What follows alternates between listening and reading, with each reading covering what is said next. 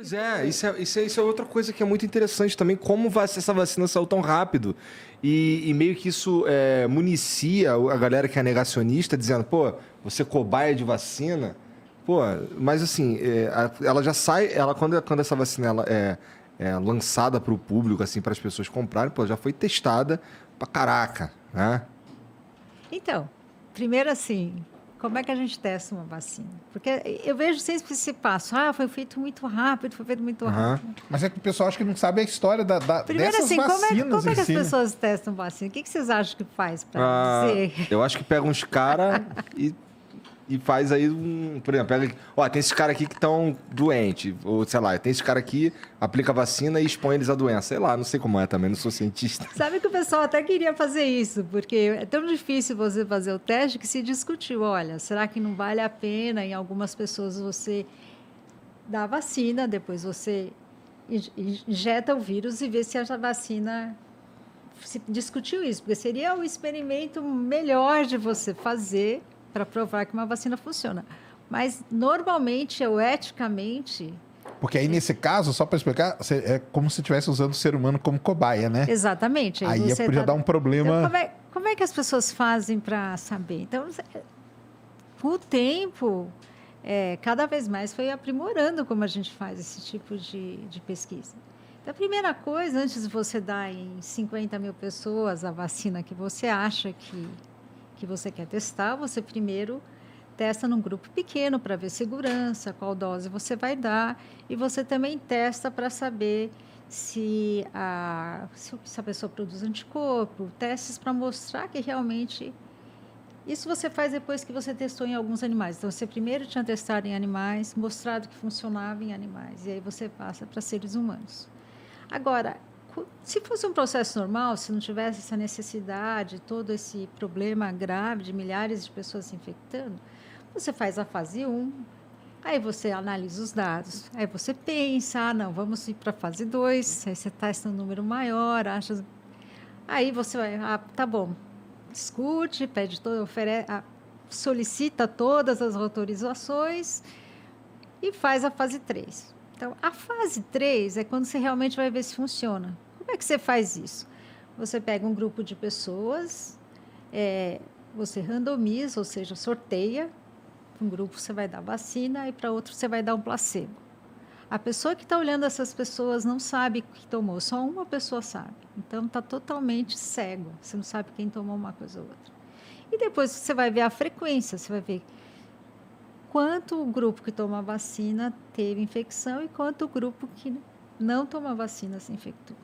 E isso demora. E o número de pessoas vai dizer quão rápido você vai ter essa resposta. A resposta vai acontecer se as pessoas se infectarem. Sim. Né? Então, se não tiver tempo, então, por exemplo, e também você faz cálculos estatísticos, você pode chegar a número, se você for usar um número menor, vai demorar mais tempo para você chegar, se não estiver tendo muitos casos. Então, isso é que demora. Então, se você tem bastante recurso e você não tem medo do recurso que você vai perder, você faz a primeira e a segunda fase, já manda produzir, independente de você saber o resultado, você já está produzindo a vacina em larga escala. Você já está falando e fazendo todas as documentações para os seus grupos, FDA, Anvisa. Você mostra o que está fazendo no decorrer do tempo. Terminou, analisou, já manda tudo direto. Eles aprovaram, você já começa a fase 3.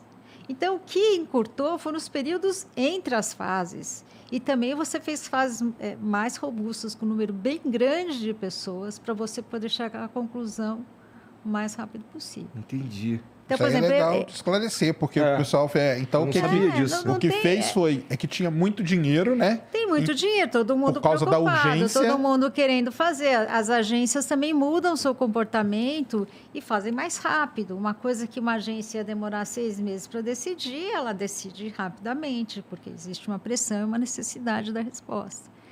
Eu, por exemplo, eu fui cobaia, então, da Janssen, na época, entrei nesse protocolo.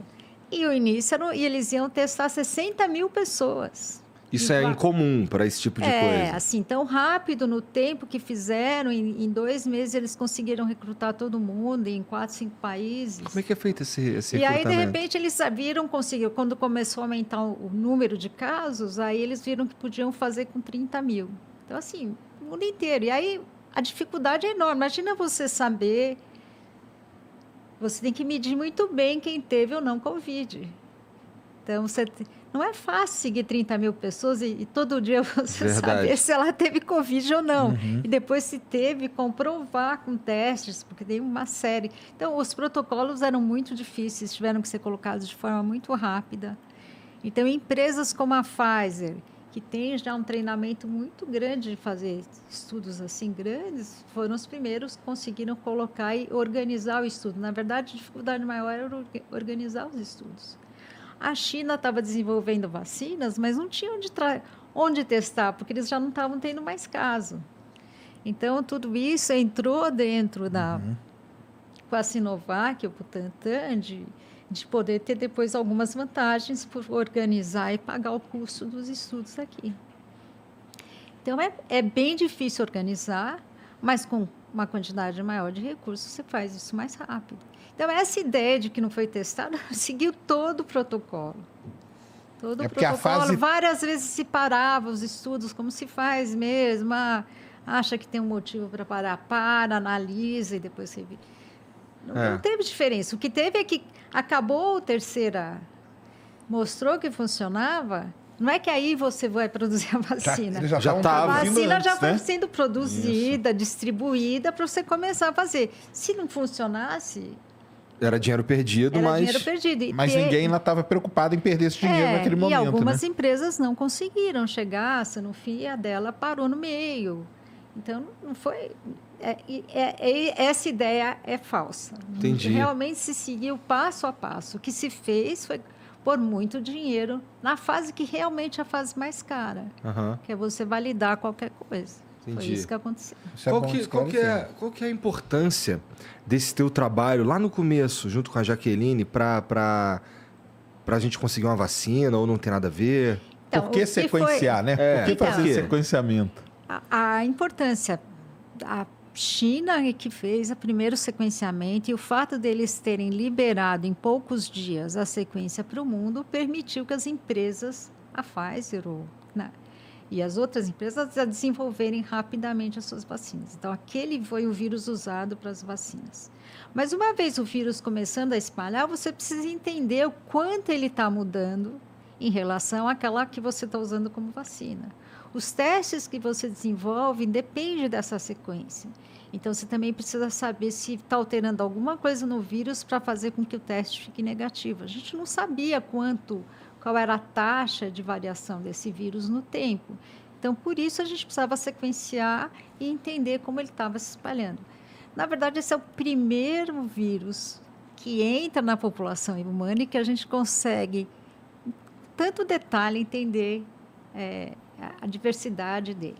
Então, na época, assim, eu acho que a gente estava com essa...